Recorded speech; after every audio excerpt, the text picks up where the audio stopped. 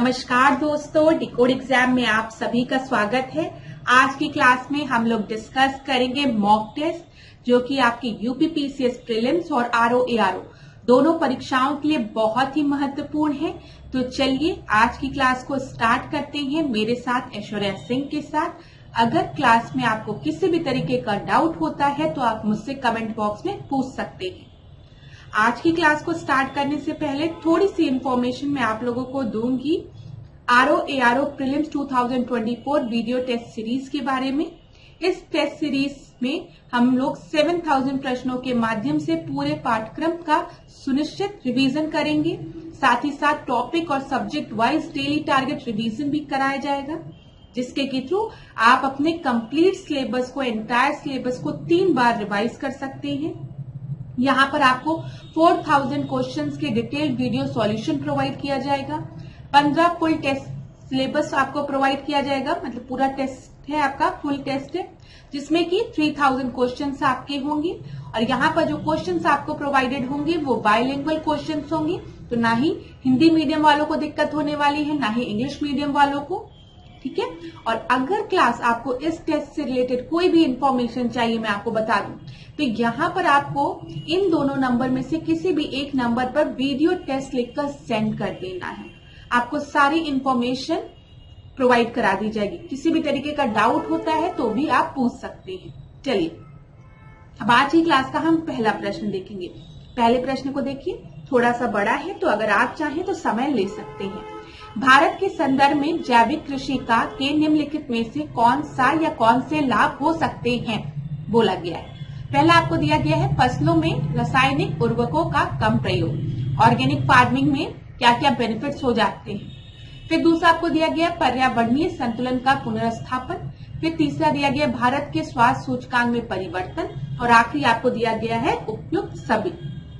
तो देखिए class, organic farming की जब हम बात करते हैं तो कहीं ना कहीं हम इसी की तो बात करते हैं, इसी पे तो फोकस करते हैं कि जो केमिकल फर्टिलाइजर है उनको रिड्यूस करना है हमको, उनको क्या करना है, उनके प्रयोग को कम करना है हमको। इसी वजह से हम ऑर्गेनिक फार्मिंग को बार बार क्या कहते हैं, प्रमोट करने की बात कहते हैं।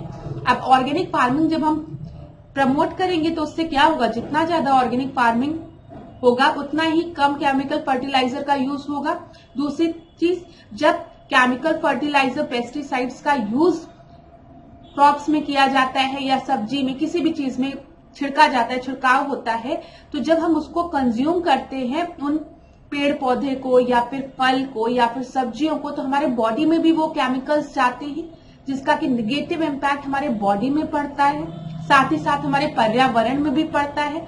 आपने कई बार सुना होगा कि केमिकल या फर्टिलाइजर का यूज करके हम एक समय के लिए प्रोडक्शन को बढ़ा तो सकते हैं, लेकिन आगे चलकर यही हमारे मिट्टी की जो उपजाऊपन है, जो फर्टिलिटी है, उसको खत्म भी कर देता है। ठीक है। तो यहाँ पर याद रखिएगा, इसमें जो बेनिफिट्स पूछे गए हैं तो यहाँ पर जो डी है वो आपका सही उत्तर है। तीनों ही आपके बेनिफिट्स हैं ऑर्गेनिक फार्मिंग के। अच्छा, यहाँ पर कुछ इंपॉर्टेंट पॉइंट्स हम ऑर्गेनिक फार्मिंग से रिलेटेड देख लेते हैं। जैसे अगर आपकी परीक्षा में पूछा गया कि भारत का पहला स्टेट, ठीक है, जिसने कि 100% ऑर्गेनिक फार्मिंग बेस्ड जो हो गया, तो आप क्या बताएंगे, सिक्किम बताएंगे, सिक्किम। ठीक है।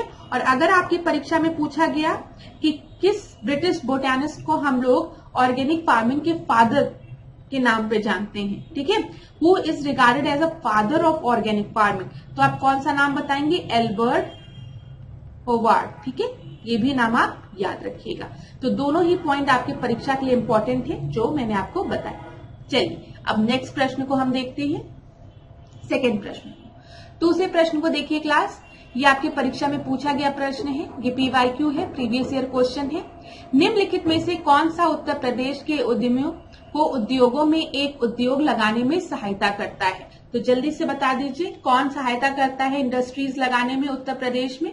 UP state financial corporation, UP state industrial development authority, department of infrastructure and industrial development, या फिर उद्योग बंधु। तो यहाँ पर आपका सही उत्तर क्या होगा, ABCD में से। ये आपके परीक्षा में पूछा गया प्रश्न है, तो ध्यान से पढ़िएगा इसको। तो यहाँ पर आपका जो सही उत्तर है वो है उद्योग बंधु, डी आपका सही उत्तर है। व्याख्या देख लेते हैं। लघु एवं मध्य उद्यमों की स्थापना व वर्तमान इकाइयों के विस्तार एवं विकास के लिए मध्यम व दीर्घ ऋण उपलब्ध कराने हेतु उत्तर प्रदेश विकास निगम की स्थापना 1 नवंबर 1954 को 1 नवंबर 1954 को कानपुर में की गई थी। ठीक है, प्रदेश में उद्यमों को उद्योग में सहायता प्रदान करने के उद्देश्य से उद्योग बंधु योजना चलाई जा रही है। तो याद रखिएगा, परीक्षा में हो सकता है उद्योग बंधु से ही रिलेटेड आपका कुछ और तरीके से प्रश्न पूछ ले, तो आप याद रखिएगा कि जो उद्योग बंधु योजना है उसके थ्रू इंडस्ट्री सेटअप और इंटरप्राइजेस सेटअप करने में मदद मिलती है। ठीक है, ये चीज याद रखिएगा। तो यहाँ पर डी आपका सही उत्तर है। यहाँ पर एक और फैक्ट आप याद रखिएगा, उत्तर प्रदेश विकास निगम की स्थापना कब हुई थी? 1 नवंबर 1954 को। चलिए अगला प्रश्न देखते हैं। तीसरा प्रश्न में जो क्लास है ये आपका परीक्षा में पूछा गया प्रश्न है। Which of the following king is known to have sent his minister to suppress the cruelty against the animal in Kashi region? निम्नलिखित में से किस राजा ने अपने मंत्रियों को पशुओं पर क्रूरता पर प्रतिबंध लगाने के लिए काशी क्षेत्र में भेजा? तो यहाँ पर बताइए आपका सही उत्तर क्या है? चालुक्य राजा सिद्धराज जयसिंह ने, चालुक्य राजा कुमारपाल ने, चोल राजा कुलुंतुंग ने, या फिर कश्मीरी राजा जयसिंह ने? तो यहाँ पर आपका सही उत्तर क्या है ABCD में से? तो यहाँ पर याद रखिएगा बी आपका सही उत्तर है। हम व्याख्या देख लेते हैं। चालुक्य के कुमारपाल, चालुक्य राजा कुमारपाल। देखिए, कुमारपाल एक जैन अनुयायी शासक था, अहिंसा का प्रबल समर्थक था। वो जैन आचार्य हेमचंद्र उसके दरबारी थे। परीक्षा में कभी भी अगर परीक्षा में प्रश्न बने कि जैन आचार्य हेमचंद्र किसके दरबारी थे, तो आप क्या बताएंगे? कुमारपाल के। ठीक है, कुमारपाल किसको फॉलो करता था? जैन अनुयायी था, ये जैनिज्म को फॉलो करता था। कुमारपाल ने अपने साम्राज्य में पशु हत्या पर प्रतिबंध लगा दिया था। पशुओं पर क्रूरता प्रतिबंधित करने के लिए उसने अपने मंत्रियों का एक दल काशी भी भेजा था। तो बी आपका सही उत्तर है। परीक्षा में ये प्रश्न पूछा गया था। चलिए फोर्थ प्रश्न को अब हम देखते हैं। Who was the commander in chief of Maharana Pratap Rajput army in the battle of Haldi Ghati? Haldi Ghati के युद्ध के बारे में आप सभी को पता है। इसमें क्या पूछा गया है? इसमें बोला गया है आपका कि किसने महाराणा प्रताप की आर्मी में कौन चीफ था? ठीक है, who was the commander in chief of Maharana Pratap Rajput army in the battle of Haldi Ghati? तो बताइए ABCD में से आपका सही उत्तर क्या होगा?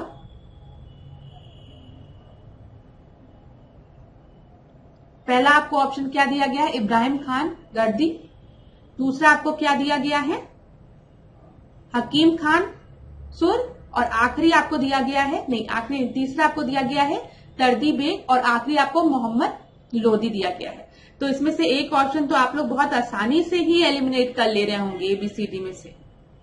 कौन सा ऑप्शन आप एलिमिनेट कर लेंगे? आप एलिमिनेट कर लेंगे मोहम्मद लोधी। मोहम्मद लोधी तो नहीं है, ठीक है, ये तो आप सभी को पता है। तो अब बचा आपके पास खाली 3 ऑप्शन ABC में से आपका सही उत्तर क्या है? B। ठीक है, हकीम खान, याद रखिएगा। ठीक है, B आपका सही उत्तर है। अच्छा, बैटल ऑफ हल्दी घाटी अगर कभी पूछेगा आपका कब हुआ, तो आप कब बताएंगे किस ईयर में? 1576 में हुआ था। किसके किसके बीच में हुआ था? महाराणा प्रताप और एक तरफ अकबर की आर्मी थी। ठीक है, महाराणा प्रताप को किसने असिस्ट किया था? हकीम खान सूरी ने, जो कि सूरी डायनेस्टी से बिलोंग करता था। और भी लोग थे, जैसे अगर भीम सिंह थे, रामदास राठौर थे, लेकिन यहाँ पर परीक्षा में आपको याद रखना है हकीम खान सूरी के बारे में। चलिए अगला हम देखते हैं। अगला प्रश्न, 5वां प्रश्न, सूची 1 को सूची 2 के साथ सुमेलित करना है। यहाँ पर एक तरफ आपको राशि दी गई है, दूसरी तरफ मात्रक दिए गए हैं। वर्क, आवेग, शक्ति और दाब। तो यहाँ पर आपका सही उत्तर क्या हो जाएगा? देख लीजिए, जब हम वर्क की बात करते हैं, वर्क को हम किसमें मेजर करते हैं? बताइए, कार्य दिया है, आवेग दिया है, शक्ति दिया है, दाब दिया है। तो यहाँ पर देखिए A का आपका हो जाएगा 3rd, न्यूटन पर मीटर। ठीक है, फिर उसके बाद जब हम बात करेंगे B का इम्पल्स का, तो यहाँ पर आपका हो जाएगा न्यूटन 2nd। पावर की बात करेंगे तो पावर का क्या हो जाएगा बताइए? जूल पर सेकेंड। और प्रेशर का न्यूटन पर मीटर स्क्वायर। तो यहाँ पर आपका सही उत्तर क्या हो गया? यहां पर आपका सही उत्तर सी हो गया। तो क्लास अगर आप चाहें तो इसको एक जगह नोट डाउन कर सकते हैं, क्योंकि परीक्षा में यहां से प्रश्न बनता है। ठीक है, तो इसको नोट डाउन कर लीजिए या फिर स्क्रीनशॉट ले लीजिए, जो भी आपको सही लगे।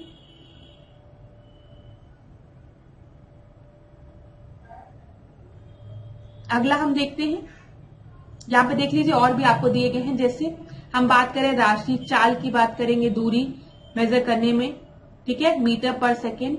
यहाँ पे घनत्व की बात की गई है, त्वरण की बात की गई है, बल की बात की गई है। मैं तो आपको सजेस्ट करूंगी आपकी जो बुक है, जैसे अगर आप लूसेंट भी पढ़ रहे हैं तो वहां पर भी ये सब चीजें दी रहती हैं, तो वहां से भी आप एक बार देख सकते हैं। अगला हम देखते हैं छठवां प्रश्न। छठवां प्रश्न देखिए, दक्षिण भारत से प्रधानमंत्री नियुक्त किए जाने वाले प्रथम नेता थे। कौन थे प्रथम नेता यहाँ पर? चंद्रशेखर, मोरारजी देसाई, पीवी नरसिम्हा राव या फिर एमसी सीतलवाड़। तो यहाँ पर आपका सही उत्तर क्या है? एबीसीडी में से यहाँ पर जो आपका सही उत्तर है वो क्या होगा? यहाँ पर क्या बोला गया है? पहले दक्षिण भारत से प्रधानमंत्री नियुक्त किए जाने वाले प्रथम नेता पूछा गया है। तो यहाँ पर आपका जो सही उत्तर है वो है पीवी नरसिम्हा राव। सी आपका सही उत्तर है। ठीक है, देख लीजिए, दक्षिण भारत से प्रधानमंत्री नियुक्त किए जाने वाले प्रथम नेता पीवी नरसिम्हा राव थे। इन्होंने देश के 10वें प्रधानमंत्री के रूप में 21 जून 1991 को शपथ ग्रहण किया तथा वह 16 मई 1996 तक इस पद पर बने रहे। अगला प्रश्न हम देखेंगे, 7वां प्रश्न। इनमें से कौन सी एक रबी की फसल नहीं है? तो आपको बताना है रबी फसल कौन सी नहीं है। आलू, मसूर, सरसों, मूंगफली। तो यहाँ पर आपका सही उत्तर क्या होगा? सबसे पहले रबी फसल आपकी कब बोई जाती है? तो आप रोम से याद रख सकते हैं। तो रबी फसल जो है वो अक्टूबर नवंबर में बोई जाती है और मार्च अप्रैल के समय इसकी कटाई होती है। ठीक है, खरीफ की बात हम करेंगे तो ये काजोल से आप याद रख सकते हैं। ये आपका अगस्त वाले इधर वाले समय में होता है और इसकी हार्वेस्टिंग कब होती है? अक्टूबर में होती है। ठीक है, तो देखिए यहाँ पर अगर हम देखें तो मूंगफली जो है क्लास, ये आपकी खरीफ फसल के अंतर्गत आती, ना कि रबी फसल के। आलू, मसूर, सरसों ये सब रबी फसलें हैं। यहाँ पर देख लीजिए आप, गेहूं, जौ, चना, मटर, आलू, सरसों, मसूर, अलसी आदि जो है वो रबी फसलें हैं, लेकिन जो मूंगफली है वो खरीफ फसल है। अगला प्रश्न देखते हैं, ऊसर क्रांति की बात की गई है, ग्रे रिवॉल्यूशन की बात की गई है। तो ग्रे रिवॉल्यूशन किस चीज से रिलेटेड है बताइए? पोल्ट्री प्रोडक्शन से, कुक्कुड़ उत्पादन से, केमिकल फर्टिलाइजर प्रोडक्शन से, रासायनिक उर्वरक उत्पादन से, केसर उत्पादन से, सैफ्रॉन प्रोडक्शन से, बांस उत्पादन से, बैम्बू प्रोडक्शन से। तो यहाँ पर आपका सही उत्तर क्या है? जो ग्रे रिवॉल्यूशन है वो आपका रिलेटेड है केमिकल फर्टिलाइजर से। बी आपका सही उत्तर है। ऐसे प्रश्न आपकी परीक्षा में रिपीट हो जाते हैं क्लास, तो याद रखिएगा। जब भी हम सिल्वर रिवॉल्यूशन की बात करेंगे, हम रजत क्रांति की बात करेंगे, तो वो अंडा और पोल्ट्री उससे रिलेटेड है। ठीक है, कुक्कुड़ उत्पादन से। नीली क्रांति फिश से, मत्स्य से। श्वेत आप सभी को पता है दूध से। यहाँ पर आप वर्गीसी कुरियन का नाम भी याद रखिएगा, क्योंकि परीक्षा में पूछ लिया जाता है who is regarded as father of white revolution. तो आप बताएंगे वर्गीसी कुरियन का नाम। ठीक है, इसी के साथ साथ आप याद रखिएगा जो ऑपरेशन फ्लड था वो भी किस चीज से रिलेटेड है? वो भी आपका श्वेत क्रांति से रिलेटेड है। हरित क्रांति की बात करेंगे तो खाद्यान्न उत्पादन से रिलेटेड है। यहाँ पर हरित क्रांति की जब भी हम बात करते हैं तो एमएस स्वामीनाथन का नाम हम याद रखते हैं, ये तो हमने कई बार डिस्कस किया है भारत में। और अगर इंडिया में याद रखिएगा, और अगर वर्ल्ड में आपसे पूछेगा कि विश्व में कौन है हरित क्रांति के जनक, तो नॉर्मन बोरलॉग का नाम आप याद रखेंगे। और मैंने आपको बताया है नॉर्मन बोरलॉग को जो पीस प्राइज मिला है, ठीक है, ये याद रखिएगा पीस प्राइज के बारे में। नॉर्मन बोरलॉग को जो नोबेल पुरस्कार मिला है वो पीस में मिला है। ठीक है, तो पीस प्राइज याद रखिएगा। चलिए, लाल क्रांति मांस एवं टमाटर उत्पादन। गोल्ड क्रांति आलू से रिलेटेड है।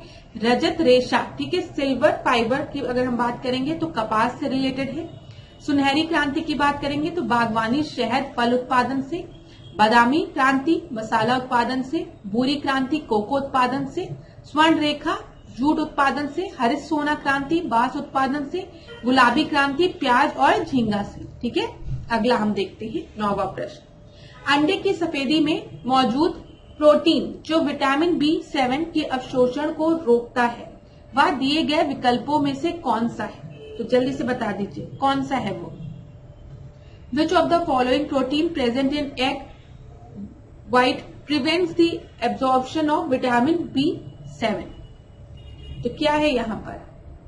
एल्यूब्यूमिन, फिर ग्लूटामाइन, फिर एबिडीन या फिर केराटीन। तो यहाँ पर आपका सही उत्तर क्या है? एबीसीडी में से। एबीसीडी में से आपका सही उत्तर सी है, एबिडीन। ठीक है, याद रखिएगा। यहाँ पर देख लीजिए, एबिडीन एक ऐसा प्रोटीन है जो अंडे की सफेदी में मौजूद रहता है और यह प्रोटीन विटामिन B7 के अवशोषण को रोकता है। तो सी आपका सही उत्तर हो गया। 10वां प्रश्न हम देखते हैं। निम्नलिखित में से कौन सा एक उपकरण गतिमान वाहनों की गति में वृद्धि की दर मापने का यंत्र है? तो कौन सा ऐसा व्हीकल है जो कि मेजर करता है एक्सेलरेशन को मेजर करने के लिए? तो एंटीनोमीटर, एटमोमीटर, एक्सेलरोमीटर या फिर एनीमोमीटर। तो यहाँ पर ABCD में से आपका सही उत्तर क्या हो जाएगा? बताइए। Which of the following instrument is used to measure the rate of increase in speed of moving vehicle? तो ये आपका है एक्सेलरोमीटर। ठीक है, सी आपका सही उत्तर है। एक बार हम देख लेते हैं क्लास। उपकरण एक्सेलरोमीटर गतिमान वाहनों की गति में वृद्धि की दर मापने में काम आता है। ठीक है, एंटीनोमीटर या सौर विकिरण मापी यंत्र है। ठीक है, एटमोमीटर या वाष्पीकरण मापी यंत्र है। एनीमोमीटर या बहते वायु की गति व शक्ति मापने का यंत्र है। तो याद रखिएगा, रिवॉल्यूशन से रिलेटेड प्रश्न, विटामिन से रिलेटेड प्रश्न, उपकरण से रिलेटेड प्रश्न, यूनिट से रिलेटेड प्रश्न साइंस के आपकी परीक्षा में रिपीट हो जाते हैं और ये बहुत ही बेसिक प्रश्न होते हैं जो कि ज्यादातर स्टूडेंट सही करके आते हैं। अगला हम देखते हैं 11वां प्रश्न। आजादी के पश्चात देश की प्रथम औद्योगिक नीति की घोषणा 6 अप्रैल 1948 को किसके द्वारा की गई थी? तो बता दीजिए। After the independence the first industrial policy of the country was announced on 6 April 1948 by home? तो यहाँ पर पहला ऑप्शन आपको दिया गया है डॉक्टर श्याम प्रसाद मुखर्जी द्वारा। दूसरा आपको दिया गया रफी अहमद किदवई द्वारा। फिर आर.के. पद्ममुखम शेट्टी द्वारा। फिर उसके बाद तो आर.के. षणमुखम शेट्टी द्वारा। फिर B.N. गॉडगिल द्वारा। तो यहाँ पर आपका सही उत्तर क्या है? तो याद रखिएगा, स्वतंत्रता पश्चात देश की प्रथम औद्योगिक नीति की घोषणा 6 अप्रैल 1948 को तत्कालीन केंद्रीय मंत्री जो थे उस समय के डॉक्टर श्याम प्रसाद मुखर्जी द्वारा की गई थी। ठीक है, यहाँ पे याद रखिएगा। और आपको पता है इस नीति में सार्वजनिक क्षेत्र और निजी क्षेत्र दोनों के महत्व को स्वीकार किया गया था। ठीक है, अगला हम देखते हैं 12वां प्रश्न। भारतीय अर्थव्यवस्था के उदारीकरण का अग्रदूत किसे कहा जाता है? तो इकोनॉमिक लिबरलाइजेशन को किसने स्टार्ट किया था? डॉक्टर मनमोहन सिंह ने, शक्तिकांत दास ने, डॉक्टर विमल जालान ने या फिर पीवी नरसिम्हा राव ने? तो यहाँ पर आपका सही उत्तर क्या होगा? भारत के पूर्व प्रधानमंत्री डॉक्टर मनमोहन सिंह को भारतीय अर्थव्यवस्था के उदारीकरण का अग्रदूत माना जाता है। ये आपका सही है। ठीक है, 1991 में जब भारत में बड़े स्तर पर उदारीकरण की प्रक्रिया प्रारंभ हुई थी तब डॉक्टर मनमोहन सिंह जो थे वो देश के वित्त मंत्री थे। तो सही उत्तर आपका ए हो गया। अगला प्रश्न हम देखेंगे। ये आपके प्रीवियस ईयर का क्वेश्चन है, पहले पूछा गया प्रश्न है। विच of the following is not correctly matched? तो देखिए क्लास, यहाँ पर ये जो प्रश्न पूछा गया था इसमें त्रुटि थी। ठीक है, इसमें गलतियां थी। तो बाद में इसे इवैल्यूएशन जब उसका हुआ, मूल्यांकन हुआ, तो इसे बाहर करने योग्य प्रश्न था। लेकिन इस प्रश्न को मैंने जानबूझ के आपके टेस्ट में इंक्लूड किया है ताकि आपको बता सकूं कि इस तरीके के प्रश्न आपके परीक्षा में बनते हैं, तो थोड़ा सा इन पर ध्यान दीजिएगा आप लोग। ठीक है, इसी वजह से मैंने इसको इंक्लूड किया है। अब यहाँ पर देखिए ऑल इंडिया विमेन कॉन्फ्रेंस की बात की गई है, अखिल भारतीय महिला संघ की बात की गई है, तो याद रखिएगा ये इसका ईयर 1927 होगा। All India Indian depressed class association की बात की गई है, तो याद रखिएगा अखिल भारतीय डिप्रेस्ड क्लास संगठन ये 1925 होगा, जो मैं आपको बता रही हूं उसको नोट करिएगा। फिर बॉम्बे सोशल रिफॉर्म एसोसिएशन की बात करेंगे तो ये आपका 1903 होगा, ठीक है। और फिर दी इंडियन नेशनल सोशल कॉन्फ्रेंस की बात करेंगे तो ये 1887 होगा। तो इसको आप लोग नोट डाउन कर लीजिए या फिर स्क्रीनशॉट ले लीजिए यहाँ से। ये प्रश्न आपके परीक्षा में गलत पूछा गया था, लेकिन अभी भी आने वाली परीक्षा में यहाँ से प्रश्न बन सकते हैं, इस वजह से मैंने इस प्रश्न को यहाँ पर इंक्लूड किया। चलिए अगला प्रश्न अब हम देखेंगे। 14वां प्रश्न, कणों की तरंग प्रकृति किसने स्थापित की थी? तो बताइए, who established the wave nature of particle? तो सबसे पहले आपको दिया गया आइंस्टीन ने, मैक्सवेल ने, फर्मी ने, डी ब्रोगली ने। तो यहाँ पर आपका सही उत्तर क्या होगा? डी ब्रोगली ने कणों की तरंग प्रकृति स्थापित की थी, ठीक है, याद रखिएगा। इनके अनुसार पदार्थ के गतिमान कण उपयुक्त परिस्थितियों में तरंग सदृश गुण प्रदर्शित कर सकते हैं। तो यहाँ पर आपका जो सही उत्तर है वो डी है, ठीक है, डी आपका सही उत्तर है। अगला प्रश्न देखते हैं, 15वां प्रश्न, निम्नलिखित में से असत्य कथन को छांटिए। तो आपको फॉल्स स्टेटमेंट ढूंढना है यहाँ से। तो सबसे पहले आपको दिया गया डायोड वॉल्व वह युक्ति है जो धारा को दोनों दिशाओं में प्रभावित होने देती है। दूसरा आपको दिया गया है परमाणु वे नाभिक की खोज रदरफोर्ड ने की थी। फिर तीसरा आपको दिया गया क्यूरी रेडियो सक्रियता की इकाई है। और आखिरी आपको दिया गया एटम बम के सिद्धांत का आधार नाभिकीय विखंडन है। एक बार इसको इंग्लिश में पढ़ते हैं हम लोग। The principle of atomic bomb is based on nuclear fission, ठीक है, ये आपका जो है principle of atomic bomb is based on nuclear fission, ये बिल्कुल सही है, ठीक है। और हमें पता है जब हम सन की बात करते हैं तो वहां पर कौन सा फिनोमिना है? न्यूक्लियर फ्यूजन, ठीक है, ये याद रखिएगा। जब हम फ्यूजन की बात करते हैं, विखंडन की बात करते हैं, तो एटॉमिक बम की बात करते हैं। जब हम फ्यूजन की बात करते हैं तो हम सन की बात करते हैं, साथ ही साथ हम हाइड्रोजन बम की भी बात करते हैं, ये भी याद रखिएगा। परीक्षा में अगर हाइड्रोजन बम पूछे तो न्यूक्लियर फ्यूजन बताएंगे आप। क्यूरी जो है वो यूनिट है रेडियो एक्टिविटी की, एकदम सही है। एटॉमिक न्यूक्लियस जो डिस्कवर किया था रदरफोर्ड ने, एकदम सही है। यहाँ पर जो पहला आपको दिया गया diode valve is a device that allow current to flow in both the direction, ये आपका गलत है, ठीक है। जो डायोड वॉल्व होता है वो केवल एक दिशा में ही धारा का प्रभाव संभव करता है, ठीक है, ये चीज याद रखिएगा। चलिए, तो यहाँ पर आपका गलत क्या हो गया? ए आपका गलत हो गया। व्याख्या पढ़ लेते हैं। वॉल्व में केवल एक दिशा में धारा का प्रभाव संभव है, इसमें 2 इलेक्ट्रोड होने के चलते इसे डायोड वॉल्व कहते हैं। इसका उपयोग रेक्टिफायर के रूप में किया जाता है, अर्थात इसके द्वारा प्रत्यावर्ती एसी को पृष्ठ धारा डीसी में बदला जाता है। रेक्टिफायर क्या है? जो एसी को डीसी में बदलता है, ठीक है, और वहां पर भी हम लोग डायोड वॉल्व का यूज करते हैं, ये चीज याद रखिएगा। अगला देखते हैं 16वां प्रश्न। भारत में आर्थिक आयोजन संबंधी प्रस्ताव सर्वप्रथम 1934 में किसके द्वारा लिखित पुस्तक प्लान्ड इकोनॉमी फॉर इंडिया में आया था? तो किसके द्वारा आया था बताइए। यहाँ पर in India the proposal for economic planning first appeared in the 1934 book planned economy for India, जिसको कि किसने लिखा था? एडम स्मिथ ने, विश्वेश्वरैया ने, प्रोफेसर लॉन्च ने, या फिर अमर्त्य सेन ने। तो यहाँ पर आपका सही उत्तर जो है प्लान्ड इकोनॉमी फॉर इंडिया वो लिखा गया था विश्वेश्वरैया द्वारा, ठीक है, याद रखिएगा।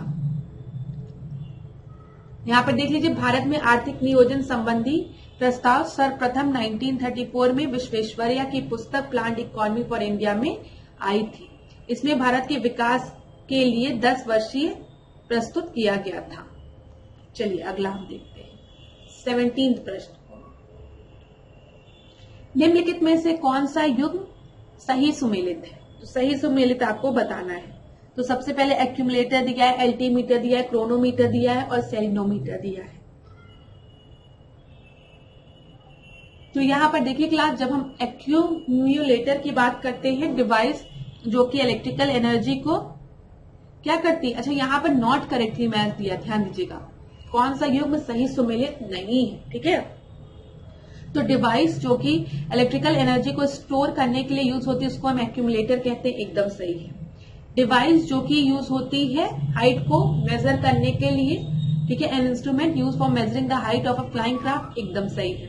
Salinometer an instrument use for measuring the salinity of a solution, ये भी सही है।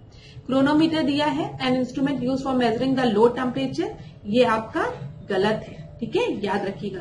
क्रोनोमीटर जो है पानी के जहाज में सटीक समय ज्ञात करने वाला उपकरण है, जबकि जो क्रायोमीटर है ना, वो जो क्रायोमीटर है, यहाँ पर मैं लिख दे रही हूं, जो क्रायोमीटर है वो निम्न ताप को मापने के लिए एक यंत्र होता है। तो यहाँ पर आपका सही उत्तर क्या हो जाएगा? सी, क्योंकि नॉट करेक्टली मैच्ड बोला है। 18 प्रश्न को अब हम देखते हैं। कृषि लागत एवं मूल्य आयोग कब अस्तित्व में आया? तो बता दीजिए जल्दी से, ये मैंने आपसे डिस्कस भी किया था CACP के बारे में। Commission for agriculture cost and price, ये आपका भारत में कब आया था बोला गया है? तो इसकी स्थापना भारत में 1965 में, 1977 में, 1970 में या फिर 1980 में हुई थी। कब हुई थी? तो इसकी स्थापना आपकी हुई थी 1965 में। ए आपका बिल्कुल सही है, ठीक है। 19 प्रश्न, देश का शीर्ष बॉक्साइट भंडार वाला राज्य कौन सा है? तो ये आपका है गुजरात, उड़ीसा, महाराष्ट्र, झारखंड। तो आपका सही उत्तर क्या होगा बताइए? भारत के बॉक्साइट का कुल भंडार कितने टन का है? तो अप्रोक्सीमेटली आपका अगर देखेंगे 3896 का है, लेकिन आपको ये वैल्यू नहीं याद रखनी है। यहाँ पर 4 जो आपके जो टॉप आपके स्टेट्स हैं 4, ठीक है, भंडार में, रिजर्व में, वो आपका उड़ीसा है सबसे पहला, ठीक है, सबसे पहला क्या है? उड़ीसा है। दूसरा क्या है? आंध्र प्रदेश है। तीसरा क्या है? गुजरात है। और चौथा झारखंड है। ये हमने भंडार की बात की है, हमने रिजर्व की बात की है। तो प्रश्न में आपके लार्जेस्ट पूछा है तो बी आपका सही उत्तर हो जाएगा, ठीक है, याद रखिएगा। और वहीं पर अगर हम प्रोडक्शन की बात करेंगे, उत्पादक की बात करेंगे, तो पहले नंबर पे अभी भी क्या होगा? उड़ीसा होगा, ठीक है। दूसरे नंबर पे अब गुजरात आ जाएगा और तीसरे नंबर पे झारखंड आ जाएगा। याद रहेगा क्लास? परीक्षा में यहां से प्रश्न बनता है तो ध्यान दीजिएगा। चलिए अगला देखते हैं, 20वां प्रश्न। 20वां प्रश्न क्या है? विच of the following is not a pass in the western Ghat mountain? तो वेस्टर्न घाट माउंटेन में कौन सा आपका पास नहीं है? थाल घाट, भोर घाट, खैबर का दर्रा या फिर पाल घाट? आपको पता है जब भी हम पश्चिमी घाट की बात करते हैं तो वो उसका विस्तार कहां से कहां तक है? इसका विस्तार गुजरात से लेकर केरल तक है। ये पता है, परीक्षा में पूछा जा सकता है, ठीक है। यहाँ पर जब हम थाल घाट की बात कर रहे हैं तो थाल घाट, भोर घाट जो है, ये दोनों घाट आपके कहां पर है? महाराष्ट्र में है, याद रखिएगा। तो महाराष्ट्र में है तो ये पश्चिमी घाट में आपके हैं, वेस्टर्न घाट में है। पाल घाट की बात करेंगे तो ये केरला में है, ठीक है। लेकिन जब हम खैबर दर्रा की बात करेंगे तो ये कहां पर है? पाकिस्तान में है। तो यहां पर आपका सही उत्तर क्या हो जाएगा? सी आपका सही उत्तर हो जाएगा। 21वां प्रश्न देखते हैं। एक तरफ आपको कोयला खदान दिया है, दूसरी तरफ भारत के राज्य दिए हैं, ठीक है, कोलफील्ड और स्टेट ऑफ इंडिया। तो चलिए, झिलमिली, करणपुरा, रामपुर हिमगिरी, सोहागपुर। आपका सही उत्तर क्या होगा?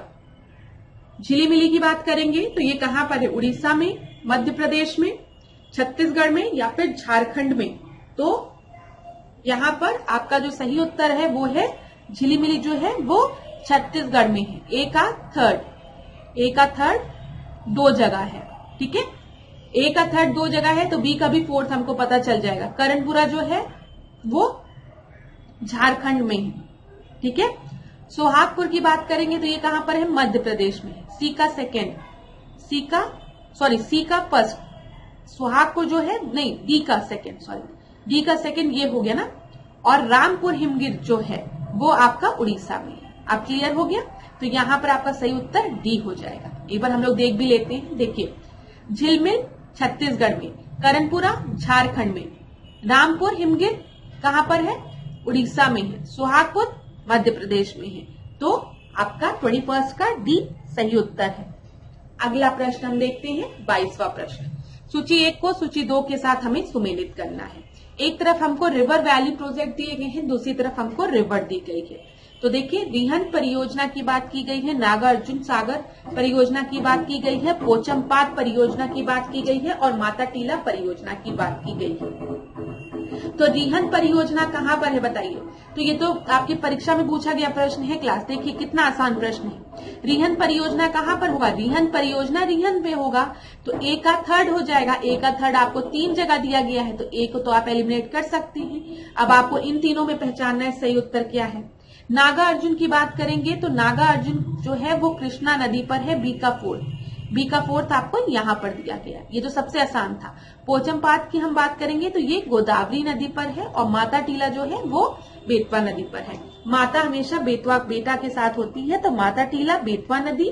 नागा अर्जुन, नाग पे कौन चढ़े थे, भगवान कृष्ण चढ़े थे, तो नागा अर्जुन सागर प्रोजेक्ट पे कृष्णा है, पोचमपाद गोदावरी पे है। तो यहाँ पर आपका सही उत्तर जो है वो डी हो जाएगा।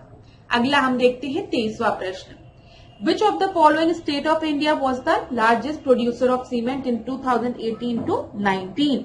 तो यहाँ पर सबसे पहले आंध्र प्रदेश दिया है, फिर राजस्थान दिया है, फिर मध्य प्रदेश दिया है और लास्ट में गुजरात दिया है। तो यहाँ पर याद रखिएगा आपका सही उत्तर ए बी सी डी में से कौन सा है। लार्जेस्ट प्रोड्यूसर ऑफ सीमेंट की बात की गई है क्लास। तो यहाँ पर आपका जो सही उत्तर है वो है राजस्थान। ठीक है, बी आपका सही उत्तर है। भारत में 2018 से 19 में सर्वाधिक सीमेंट उत्पादक राज्य जो था वो राजस्थान था। ठीक है, अगला हम देखते हैं, ये भी आपकी परीक्षा में पूछा गया प्रश्न था। चलिए 24वां प्रश्न देखते हैं। निम्न में से कौन मुद्रास्फीति से सर्वाधिक लाभ कमाता है। तो सबसे ज्यादा लाभ किसको मिलेगा मुद्रास्फीति से। अब आप बताइए किसको मिलेगा, साहूकार को, मनी लेंडर को, रेडी को, राजकीय पेंशनर को या फिर बचत खाता अकाउंट रखने वाले को। मैं आपको एक एग्जाम्पल देती हूँ। जब आपके बाबा दादा थे, ठीक है, आपके ग्रैंडफादर थे, तो आपके ग्रैंडफादर के समय मैंने पहले भी आपको बोला है कि जो पैसे की वैल्यू रहती थी ना, जैसे 1 रुपए की वैल्यू इनके समय में बहुत होती थी। परचेसिंग पावर जो 1 रुपए की थी, खरीदने की क्षमता वो बहुत थी। तो आप अपने बाबा दादा को बोलते हुए सुने होंगे कि हम 1 रुपए में कॉलेज की फीस भी दे देते थे, कपड़ा भी खरीद लेते थे, सब काम कर लेते थे अपना और खुश भी रहते थे, टॉफी भी खा लेते थे। ठीक है, लेकिन अगर यही 1 रुपए आज आपको दिया जाए तो आप 1 रुपए की टॉफी भी नहीं खरीद पाएंगे। यही सच्चाई है प्रेजेंट में। तो अब मुझे आप बताओ कि जो साहूकार है, अगर साहूकार ने आपके दादा बाबा के समय में किसी को 1 रुपए दिया था और आज आप जाके उसको 1 रुपए वापस दे रहे हो, तो कौन घाटे में है, आप घाटे में होगी साहूकार। तो साहूकार घाटे में है ना, क्यों, क्योंकि उस समय वो 1 रुपए में बहुत ढेर सारी चीजें खरीद सकता था। लेकिन आज महंगाई मुद्रास्फीति के कारण, ठीक है, पैसे की वैल्यू घटने के कारण आज वो 1 रुपए में कुछ नहीं खरीद सकता है। तो यहाँ पर वो तो लॉस में रहेगा। ऋणी जिसने उस समय 1 रुपए लिया था, अगर आज उसे कहा जाए तुम 1 रुपए दे दो, तो वो कहेगा अरे मुझसे 100 रुपए ले लो, मैं दे दूंगा, बस मेरा ये जो ऋणी शब्द है हटा दो। तो बेनिफिट में कौन होगा, वो ऋणी होगा ना, क्योंकि पहले 1 रुपए की वैल्यू बहुत ज्यादा हुआ करती थी, लेकिन समय के साथ 1 रुपए की वैल्यू घट गई और आज वो आराम से कहेगा लो 1 रुपए नहीं 100 रुपए रख लो, मुझे कोई फर्क नहीं पड़ता है। ठीक है, तो यहाँ पर बेनिफिट किसको होता है, याद रखिएगा, डेटर को। चलिए अगला प्रश्न हम देखते हैं 25वां प्रश्न। निम्नलिखित में से प्रोटोजोआ जनहित रोग को पहचानिए। प्रोटोजोआ से होने वाले रोग को पहचानना है। तो पहला आपको खसरा दिया है, मिजल्स दिया है, फिर डिप्थीरिया दिया है, पायरिया दिया है और ट्रैकोमा दिया है। तो यहाँ पर आपको बताना है सही उत्तर क्या है। तो यहाँ पर जो आपका सही उत्तर है वो है पायरिया। ये प्रोटोजोअन डिजीज है, याद रखिएगा। सी आपका सही उत्तर है। देख लीजिए, मसूड़ों का रोग पायरिया, ठीक है, ये आपका प्रोटोजोआ डिजीज है, याद रखिएगा। अगला हम देखते हैं 26वां प्रश्न। अर्थशास्त्र के कुछ सिद्धांत दिए गए हैं, थ्योरी दिए गए हैं और उसके आपके जो प्रतिपादक है, प्रोपोनेंट्स हैं, उनके नाम दिए गए हैं और आपको मैच करना है। तो सबसे पहले आपको क्या दिया गया है, theory of development. Theory of vicious circle of poverty, planning and the poor, फिर थ्योरी ऑफ अनबैलेंस ग्रोथ। देखिए, विकास का सिद्धांत थियरी ऑफ डेवलपमेंट किसके द्वारा दिया गया है? दादा भाई नरोजी द्वारा, ग्रैंड ओल्ड मैन द्वारा। ए का थर्ड, विकास का सिद्धांत थियरी ऑफ डेवलपमेंट की बात की है क्लास, तो दादा भाई नरोजी द्वारा, तो ए का थर्ड यहां पर दिया गया है आपको, ठीक है। फिर दूसरा, गरीबी का दुष्चक्र दृष्टिकोण, ये किसके द्वारा दिया गया है? रेगनर्स द्वारा, ठीक है। तो बी का क्या हो जाएगा? बी का फोर्थ, ठीक है।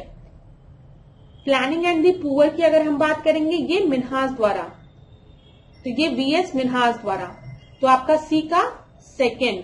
और असंतुलित विकास सिद्धांत जो है थियरी ऑफ अनग्रोथ अनबैलेंस डेवलपमेंट, ये हर्षमैन द्वारा। तो यहां पर आपका सही उत्तर क्या होगा? सी आपका सही उत्तर होगा। ये भी एक अच्छा प्रश्न है, अगर आप चाहें तो यहां से स्क्रीनशॉट ले सकते हैं। देख लीजिए क्लास, तो देख लीजिए यहां पर विकास का सिद्धांत दादा भाई नरोजी द्वारा, गरीबी का दुष्चक्र दृष्टिकोण रेगनर्स द्वारा, प्लानिंग एंड दी पुअर ये वीएस मिन्हास द्वारा, और असंतुलित विकास सिद्धांत हर्षमैन द्वारा। 27वां प्रश्न देखते हैं, भारत के जीडीपी में योगदान के आधार पर उत्तर प्रदेश किस स्थान पर है? तो बता दीजिए, पहले, दूसरे, तीसरे, चौथे। तो जीडीपी के में कंट्रीब्यूशन पूछा गया है, इंडिया के जीडीपी पे यूपी का कितना कंट्रीब्यूशन है? तो यहां पर याद रखिएगा, उत्तर प्रदेश के मुख्यमंत्री अगर हम देखेंगे, योगी आदित्यनाथ जी ने उत्तर प्रदेश को $1 ट्रिलियन की अर्थव्यवस्था बनाने का संकल्प लिया है, और भारत की जीडीपी में 8.8% के योगदान के साथ महाराष्ट्र, तमिलनाडु के बाद उत्तर प्रदेश जो है वो तीसरे स्थान पर है। याद रखिएगा, किसके किसके बाद? महाराष्ट्र और तमिलनाडु के बाद। तो यहां पर आपका सही उत्तर सी हो गया। अगला प्रश्न हम देखेंगे 28वां, जीव विज्ञान का जनक कौन है? ये तो बहुत ही आसान प्रश्न है, तो बताइए फादर ऑफ बायोलॉजी हम किसे कहते हैं? अरस्तु को, एरिस्टोटल को, लैमार्क को, ट्रेविरेनस को, या फिर लीनियस को? तो यहां पर आपका सही उत्तर जो है वो है सबसे इजी क्वेश्चन ए, एरिस्टोटल को, जिसको कि अरस्तु कहते हैं हिंदी में। 29 देखते हैं, निम्नलिखित में से किस विद्वान ने भारतीय संविधान को विश्व का सबसे बड़ा एवं विस्तृत संविधान कहा था? तो किसने कहा था? जी ऑस्टिन ने, सर आइवर जेनिंग ने, सुभाष कश्यप ने, या फिर के.एम. मुंशी ने? तो यहाँ पर आपका ए बी सी डी में से जो सही उत्तर है वो क्या है? सर आइवर जेनिंग्स ने, बी आपका सही उत्तर है, ठीक है। यहाँ पर देख लीजिए, सर आइवर जेनिंग्स ने भारतीय संविधान को विश्व का सबसे बड़ा व विस्तृत संविधान कहा था। उन्होंने भारतीय संविधान के विस्तृत होने को उसका दुर्गुण व वकीलों का स्वर्ग कहा था। यहाँ पर लिखा हुआ है क्लास, अगर आप चाहें तो व्याख्या को पढ़ भी सकते हैं वीडियो को पॉज करके, ठीक है।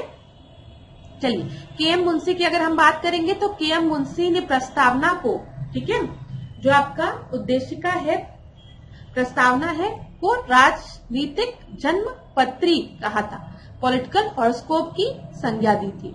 और सुभाष कश्यप का प्रस्तावना के संबंध में कथन था कि संविधान शरीर है तो उद्देशिका उसकी आत्मा है, उद्देशिका आधारशिला है तो संविधान उस पर खड़ी अट्टालिका है। याद रखिएगा, परीक्षा में यहाँ से भी प्रश्न बन सकता है, क्योंकि ये देखा गया है कि पॉलिटी में किसने क्या कहा था, परीक्षा में आपकी प्रश्न पूछा गया है पहले भी। 30वें प्रश्न को देखते हैं, राष्ट्रीय आय लेखांकन का जन्मदाता किसे कहा गया है? तो जल्दी से बता दीजिए। नेशनल इनकम अकाउंटिंग का जन्मदाता साइमन कुजनेट्स को, एडम स्मिथ को, मनमोहन सिंह को, या आर गॉडगिल को? तो यहाँ पर आपका सही उत्तर क्या है? ए बी सी डी में से। तो यहाँ पर याद रखिएगा, आपका जो सही उत्तर है वो है साइमन कुजनेट को, ठीक है, को राष्ट्रीय आय लेखांकन का जन्मदाता माना जाता है। ए आपका जो है वो बिल्कुल सही उत्तर है, और इस कार्य के लिए इनको नोबेल पुरस्कार से भी सम्मानित किया गया है। 31 देखते हैं, money organization release the money application for visually impaired. तो ये आपका करंट का प्रश्न था, पहले परीक्षा में बना है, लेकिन अभी नहीं आपका इंपॉर्टेंट है क्योंकि ये पहले का करंट था। ठीक है, लेकिन याद रख लीजिएगा अगर परीक्षा में कभी रिपीट करें तो जो मनी एप्लीकेशन था विजुअली इम्पेयर्ड के लिए, वो किसके द्वारा लॉन्च किया गया था पहले के समय में? तो वो आरबीआई द्वारा, सेबी द्वारा, या एसबीआई, या फिर मिनिस्ट्री ऑफ फाइनेंस द्वारा। तो याद रखिएगा 2020 को भारतीय रिजर्व बैंक ने इसे लॉन्च किया था, जिसका की फुल फॉर्म क्या था? मनी का। यहां पर मैं लिख दे रही हूं आपके लिए, मनी का जो फुल फॉर्म था वो था मोबाइल एडेड नोट आइडेंटिफायर। ठीक है, याद रखिएगा किसके द्वारा लॉन्च किया गया था 2020 में? आरबीआई द्वारा। ये आपका सही उत्तर है। अगला हम देखेंगे 32 निम्नलिखित में से कौन सा परमाणु का भाग नहीं है? तो कौन सा परमाणु का भाग नहीं है? इलेक्ट्रॉन, प्रोटॉन, न्यूट्रॉन या फिर फोटॉन। तो ए बी सी डी में से आपका जो सही उत्तर है वो है डी, परमाणु का भाग आपका फोटॉन नहीं है। ठीक है, चलिए अगला देखते हैं 33 प्रश्न। भूमिगत तने उदाहरण है, तो बता दीजिए जल्दी से। भूमिगत तने उदाहरण है कंद, आलू, सकलकंद, प्याज, धनकंद, बंडा। तो उत्तर आपका क्या है? यहां पर जितना भी आपको दिया गया 1 2 3 सब सही है, एकदम सही है। ठीक है, कंद, आलू, सकलकंद, प्याज, धनकंद, बंडा। ठीक है, यहाँ पर जो मैंने बताया। और प्रकंद की बात करेंगे तो अदरक, हल्दी, सकलकंद, प्याज, धनकंद, केसर, बंडा, कंद, आलू। ठीक है, याद रखिएगा। चलिए 34 प्रश्न देखते हैं। भारत में राष्ट्रीय आय के आंकड़े किस वित्तीय वर्ष पर आधारित है? तो बता दीजिए। 1 जनवरी से 31 दिसंबर तक, ठीक है, 31 दिसंबर तक, फिर उसके बाद 1 जुलाई से 30 जुलाई, फिर 1 अप्रैल से 31 अप्रैल, या फिर चैत्र से फाल्गुन। तो यहाँ पर आपका सही उत्तर क्या है? तो भारत में राष्ट्रीय आय के आंकड़े 1 अप्रैल से 31 मार्च पर आधारित होते हैं, ये चीज याद रखिएगा। तो यहाँ पर आपका सही उत्तर ABCD में से सी आपका सही उत्तर है। अगला हम देखते हैं 35वां प्रश्न। 35वां प्रश्न देखिए यहाँ पे क्लास, कैची, प्लास व कील उखाड़ने की मशीन किस प्रकार के उत्तोलक है? तो यहाँ पे किस तरीके के लेवर है ये पूछा गया है। First class, second class, third class, none of the above. तो यहाँ पर इस तरीके की कैची किस तरीके की होती है? ऐसे करके होती है। तो यहाँ पर एफर्ट लगाया जाता है, यहाँ पर बीच में जॉइंट होता है, और यहाँ पर आपको आउटपुट मिलता है, तभी तो कटता है। तो ये आपकी किस तरीके के लेवर होंगे? ये आपके फर्स्ट क्लास के लेवर होंगे। ठीक है, तो यहाँ पर जो आपका सही उत्तर है वो है ए, याद रखिएगा। तो चलिए क्लास, आज के सेशन में हमने 35 प्रश्नों को डिस्कस किया जो कि आपके टेस्ट के लिए इम्पोर्टेंट थे। क्लास, जो छोटे छोटे क्वेश्चंस हम लोग स्किप कर देते हैं परीक्षा में, जब वो क्वेश्चंस गलत हो जाते हैं तो हमें बहुत अफसोस होता है और हम रेस के बाहर हो जाते हैं। तो फिर मैं आपको कहूंगी कि आप अपनी पढ़ाई को बहुत कॉम्प्लिकेटेड मत बनाइए, पास्ट ईयर्स के क्वेश्चंस लगाइए, मॉक टेस्ट लगाइए। और पास्ट ईयर्स के क्वेश्चंस को लगाने का मतलब ये नहीं होता है कि आप ऐसे बुक खोल के बैठे और आपने क्वेश्चंस पढ़ा, आंसर देखा, बस सॉल्व हो गया। नहीं, पास्ट ईयर्स के क्वेश्चंस को लगाने का मतलब है कि जो क्वेश्चन दिया है उसमें option A, B, C, D में से अगर हमारा ऑप्शन B सही है तो हम इसके बारे में तो 2-3 लाइन पढ़ेंगे ही, 2-3 लाइन से ज्यादा नहीं। PhD नहीं करनी आपको कि 2-2, 3-3 पन्ने पढ़े, नहीं। इसके बारे में जो इम्पोर्टेंट थोड़े थोड़े फैक्ट्स हैं उसको तो हम पढ़ेंगे ही, साथ ही साथ A, C, D जो ऑप्शन है उससे भी रिलेटेड कुछ जानकारी हम अपने लिए रखेंगे। तो पास्ट ईयर्स के पेपर को इस तरीके से पढ़िए, खाली ये नहीं कि हमने याद कर लिया, आंसर हो गया, पेपर में पूछेगा तो बताएंगे, नहीं तो कहेंगे कि पेपर में से कुछ फंसा ही नहीं। ऐसा नहीं होता है। पास्ट ईयर्स के पेपर को पढ़ने का मतलब आप सारे ऑप्शंस के बारे में थोड़ी थोड़ी जानकारी ले लीजिए, क्योंकि अभी भी मैं कहूंगी जो इम्पोर्टेंट पहले जो टॉपिक आपके पहले इंपॉर्टेंट थे वो आज भी इंपॉर्टेंट रहेंगे, ठीक है। अगर इंडियन नेशनल मूवमेंट आपका इंपॉर्टेंट है तो वो इंपॉर्टेंट रहेगा, वहां पे जो ऑर्गेनाइजेशंस दी गई हैं वो इंपॉर्टेंट है तो अभी भी इंपॉर्टेंट है, बस उससे रिलेटेड प्रश्न पूछने का तरीके में बदलाव किया जा रहा है। तो आप भी अपने पढ़ने के तरीके में बदलाव करिए, खाली एकदम फैक्चुअल डेटा ना याद करके 2-3 लाइनें उनसे रिलेटेड पढ़िए जरूर, ठीक है। और जो चीजें आपको रटनी है उसको रटना शुरू कर दीजिए। मैं फिर कहूंगी, सेंसस पढ़ना शुरू कर दीजिए, यूपी स्पेशल से रिलेटेड चीजें पढ़ना शुरू कर दीजिए। लास्ट के लिए मत रखिए, हफ्ते में डिसाइड करिए कि मैं 2 दिन या फिर 3 दिन बस आधे घंटे सेंसस पढ़ूंगा। तो इससे क्या होगा कि आपको एग्जाम तक आते आते चीजें आपके दिमाग में बैठ जाएगी, नहीं तो बहुत घबराहट होने लगेगी आप लास्ट मिनट के लिए रखेंगे तो, ठीक है क्लास। तो अगर आपको कोई भी परेशानी होती है, कोई भी डाउट होता है तो आप लोग मुझसे कमेंट बॉक्स में पूछेंगे। नेक्स्ट क्लास में हम आपसे मिलेंगे, तब तक आप खूब पढ़िए, खूब अच्छे से रहिए, ठीक है। अपने स्वास्थ्य का ध्यान दीजिए क्योंकि स्वस्थ रहेंगे तभी पढ़ पाएंगे। और नकारात्मक चीजों से, नकारात्मक व्यक्तियों से और अपने खुद के नकारात्मक थॉट से एकदम दूर रहिए, सकारात्मक ऊर्जा से अपने जीवन को भरिए। अब आपका एग्जाम पास आ रहा है तो इसमें निगेटिव होने की कोई भी जरूरत नहीं है, ऑप्टिमिस्टिक थॉट के साथ पढ़ाई करिए, रिजल्ट अच्छा होगा। और जो भी होगा तो प्रीलिम्स के बाद डिसाइड होगा ना, तो अभी उतना चिंता क्यों करना, क्या होगा क्या नहीं, अभी बस फोकस अपने प्रीलिम्स पे रखिए, ठीक है। जिस दिन प्रीलिम्स दे के आइएगा तब सोचिएगा। तो चलिए आज के सेशन को यही पे एंड रखते हैं। ऑल द बेस्ट क्लास, खूब अच्छे से पढ़िए, मेरे साथ ऐश्वर्या सिंह के साथ डिकोड एग्जाम के साथ बने रहिए। आपका दिन मंगलमय। धन्यवाद क्लास, खूब आगे बढ़िए आप लोग।